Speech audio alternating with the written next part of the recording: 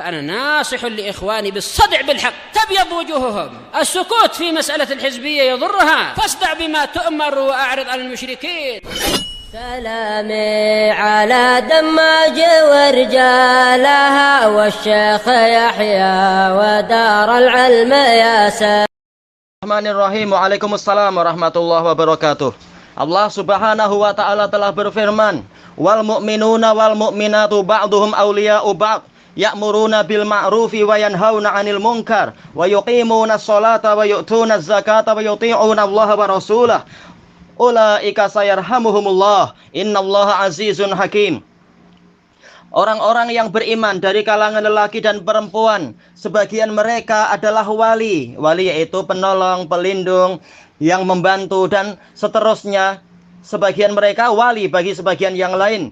Mereka memerintahkan kepada yang ma'ruf dan mencegah dari yang mungkar. Mereka menegakkan sholat. Mereka juga membayar zakat. Dan mereka taat kepada Allah dan Rasulnya. Mereka itulah orang-orang yang akan dirahmati oleh Allah. Sesungguhnya Allah Maha Perkasa lagi Maha Penuh Hikmah.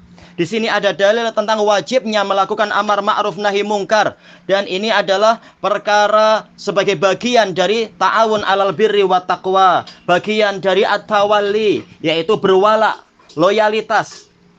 Maka orang yang dinasehati dengan kebenaran, dia haram untuk kemudian bersikap sombong, meremehkan dan sebagainya. Bahkan mestinya dia bersyukur masih ada orang yang setia kepada dia, masih ada orang yang berbelas kasihan kepada dia. Allah Subhanahu wa taala telah mengatakan, "Wa idza qila lahu taqillaha akhadhathul 'izzatu bil ism fahasbuhu jahannam." Allah taala mencela sikap orang-orang munafikun apabila dikatakan kepadanya bertakwalah kepada Allah, lalu kemudian dia malah menyombongkan diri dengan dosanya itu. Maka cukuplah bagi mereka itu neraka jahanam. Ini ancaman. Kita jangan menjadi orang yang seperti itu. Kesombongan sekecil zarrah itu sudah cukup untuk kita diharamkan masuk ke dalam surga dan ditelungkupkan ke dalam neraka. Sebagaimana dalam hadis-hadis yang sahih. Hadis Abdullah bin Amr ibnul As. Demikian pula hadis Ibni Mas'ud. Yang mana Rasulullah, kalau tadi Abdullah bin Amr ibnul As, dalam hadis Ibnu Mas'ud Rasulullah SAW mengatakan, "Man kana la yadkhulul jannah man kana fi qalbihi misqalu dzarratin min kibr." Tidak akan masuk surga orang yang di dalam hatinya ada seukuran zarrah kesombongan. Tayyib. Kemudian ditanyakan tentang apakah kesombongan itu, maka Rasulullah mengatakan batarul haq wa ghamtun nas, menolak kebenaran dan meremehkan orang lain. Nah, kita diharamkan untuk menolak kebenaran. Kebenaran datang, kita mestinya bersyukur, dan kebenaran itu adalah datang dari Allah. Sama saja Allah menjadikan itu lewat teman kita ataukah lewat musuh kita. Dia itu lewat orang yang paling bodoh ataukah melalui orang gila. Kita wajib menaatinya karena itu adalah bagian dari ketaatan kepada Allah. Sebagaimana itu dijelaskan oleh Al-Imam Ibnul Qayyim rahimahullahu ta'ala di dalam kitab beliau Madarijus Salikin. Tayyib, masih ada saudara kita yang berusaha menolong kita, berusaha untuk memperbaiki kita, maka mestinya kita bersyukur. Dia sendiri perlu waktu untuk mengurusi diri sendiri, tetapi karena dia taat kepada Allah dan Rasulnya, menjalankan perintah Allah dan Rasulnya untuk amar ma'ruf nahi mungkar, dia rela meluangkan sebagian waktunya untuk kita.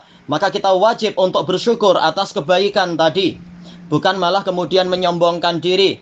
Allah Subhanahu wa ta'ala menjadikan sikap diam dari amar ma'ruf nahi mungkar itu sebagai sebab terlaknatnya Bani Israel. Lu'inal ladzina kafaru min Bani Israil ala lisani Dawud wa Isa bin Maryam, dzalika bima asaw wa kanu ya'tadun, kanu la yatanahawna 'an munkarin fa'aluh, labi'sa ma kanu yaf'alun. Telah dikutuk, telah dilaknat orang-orang kafir dari kalangan Bani Israel melalui lisan Dawud dan lisan Isa bin Maryam. Yang demikian itu disebabkan karena mereka itu berdurhaka kepada Allah dan mereka senantiasa melampaui batas. Mereka tidak saling mengingkari terhadap kebatilan yang mereka perbuat. Alangkah buruknya perkara yang mereka kerjakan itu. Allah Ta'ala mengabadikan cerita tersebut agar menjadi pelajaran bagi kita jangan menempuh jalan Bani Israel. Mestinya kita bersyukur atas adanya teman yang masih kasihan kepada kita. Tatkala diperbaiki, kita terima apabila nasihatnya itu adalah benar.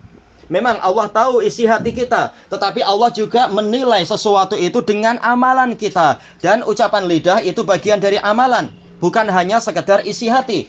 Sebagaimana dalam hadis yang diriwayatkan oleh Imam Muslim dari Abi Hurairah radhiyallahu anhu, Rasulullah shallallahu alaihi wasallam bersabda, "Innallaha la yanzuru ila suwarikum wala amwalikum, walakin yanzuru ila qulubikum wa a'malikum." Sesungguhnya Allah tidak melihat kepada bentuk-bentuk kalian dan tidak juga melihat kepada harta kalian, tetapi melihat kepada hati-hati kalian dan amalan kalian. Dan lidah, ucapan lidah itu bagian dari amalan.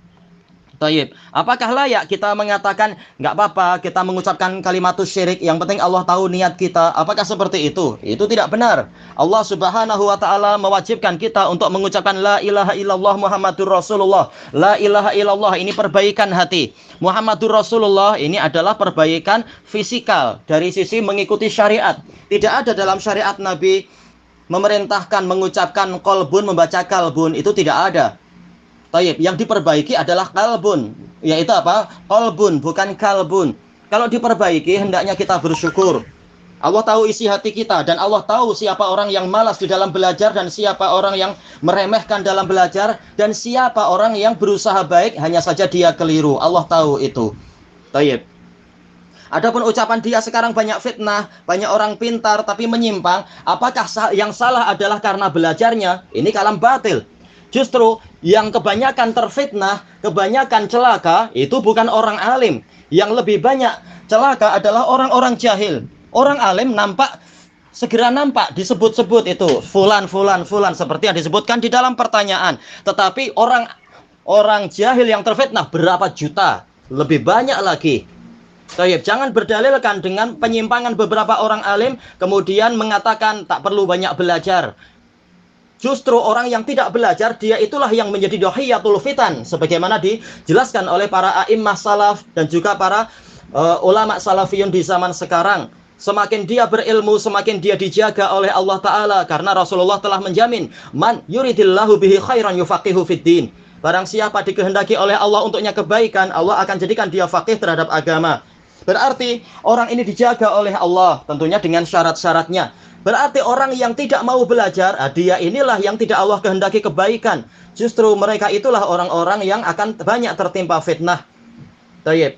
Jadi jangan dengan alasan banyak orang yang belajar kemudian terfitnah menyimpang, kita tak perlu belajar. Ini batil. Nabi saja yang sudah ilmunya sebanyak itu diperintahkan untuk berusaha terus mencari ilmu. Rabbi zidni ilma. Taib. Wahai Rabbku, tambahilah saya ilmu. Tapi tidak kemudian Rasulullah diam saja. Rasulullah juga yaitu apa? Selalu murajaah dengan Jibril, mendapatkan tambahan ilmu. Memang ada usaha untuk mencari ilmu. Dan juga dalam hadis yang hasan li ghairihi, innamal ilmu bitta'allum wal fiqhu bittafaqquh. Sesungguhnya ilmu itu adalah dengan belajar, dan fikih itu adalah dengan mencari pemahaman. Jadi ada usaha, bukan diam saja, kita banyak doa saja. Banyak doa kalau tidak usaha, ini berarti menyelisihi ajaran Allah dan Rasulnya dan para salaf. Untuk apa Allah Ta'ala mengabadikan cerita Nabi Musa di dalam perjalanan beliau kepada Nabi Khidir, padahal Nabi Musa ilmunya sudah banyak, tetapi Allah abadikan semangat beliau untuk belajar agar menjadi pelajaran bagi kita. Dan seterusnya dalil-dalil itu banyak. Wallahu a'lam walhamdulillahi rabbil alamin.